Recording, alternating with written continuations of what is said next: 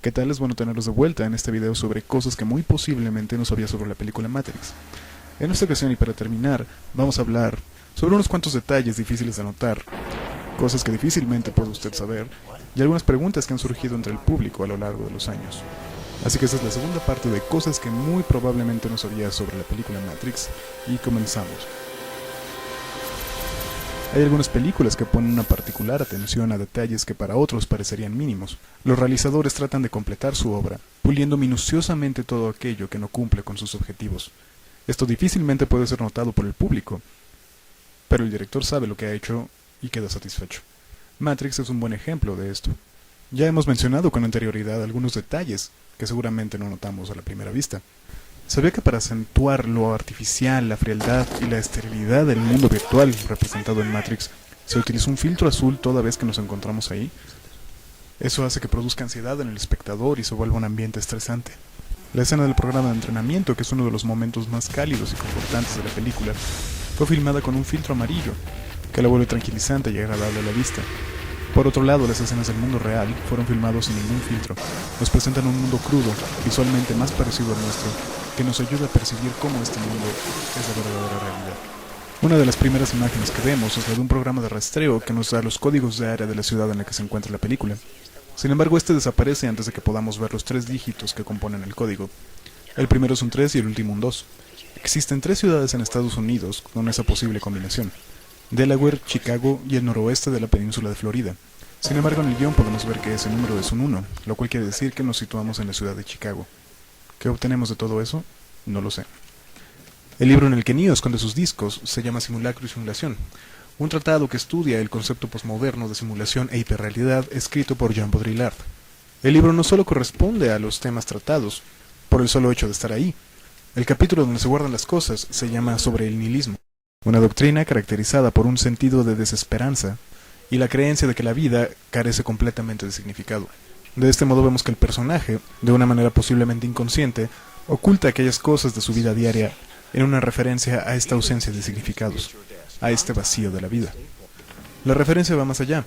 Cuando Morfeo está describiendo lo que es la Matrix, se refiere al mundo real como el desierto de lo real, y cuando lo hace está parafraseando una línea del texto, del primer capítulo y en el segundo párrafo.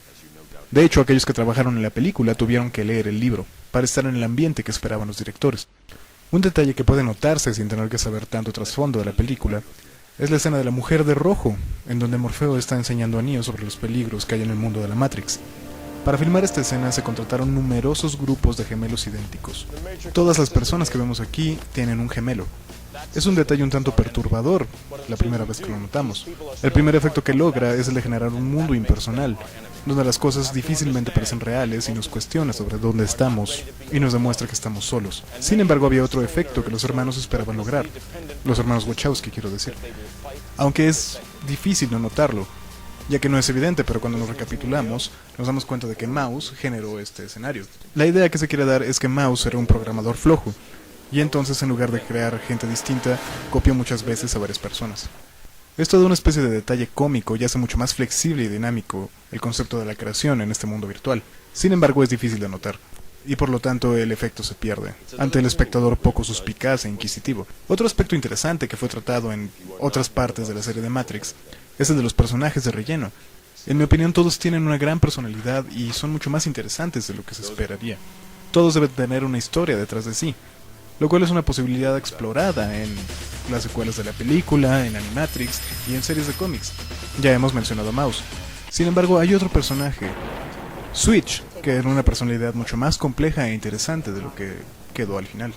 Su nombre, que quiere decir cambio, se debe a una propiedad que tenía. En el mundo real este personaje iba a ser un hombre, pero en el mundo de la Matrix iba a ser una mujer. Nuevamente este detalle que no fue explorado hacía más complejo y más plástico el desarrollo de los personajes en el mundo virtual, en donde pueden ser representados como ellos les plazca. Y esta idea tan atractiva es uno de los grandes éxitos de la película. Un mundo que podemos distorsionar a nuestro gusto.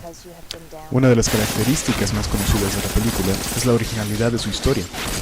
Escuchemos una descripción. Un grupo de individuos lucha contra un mundo establecido que secretamente mantiene a la gente inconsciente y oculta el hecho de que la realidad es una ilusión, mientras el mundo real es dominado por fuerzas no humanas y terribles. Los protagonistas son miembros de un grupo más amplio, Son capaces de entrar y salir de esta realidad utilizando el mundo real como una vía de acceso.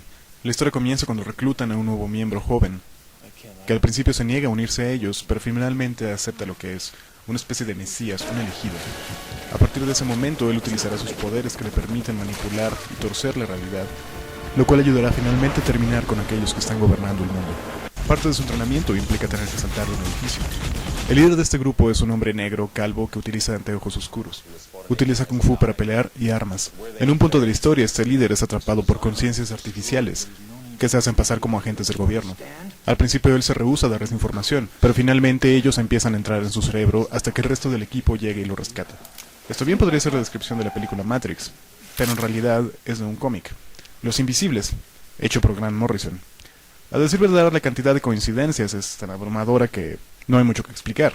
Esta serie salió en 1994, mucho antes de la película Matrix. De acuerdo con los directores, ellos nunca se basaron en este cómic, lo cual es extraño ya que ellos nunca han tenido problema en reconocer sus influencias, como Alice en el País de las Maravillas, Ghost in the Shell, Akira, entre muchas otras. Algunos de los miembros del staff decían que ejemplares de la historieta circulaban en el set, como referencia visual. En una entrevista con el creador del cómic sobre la franquicia de Matrix, él dijo que deberían seguir robándole ideas en lugar de lo que hicieron respecto a las secuelas.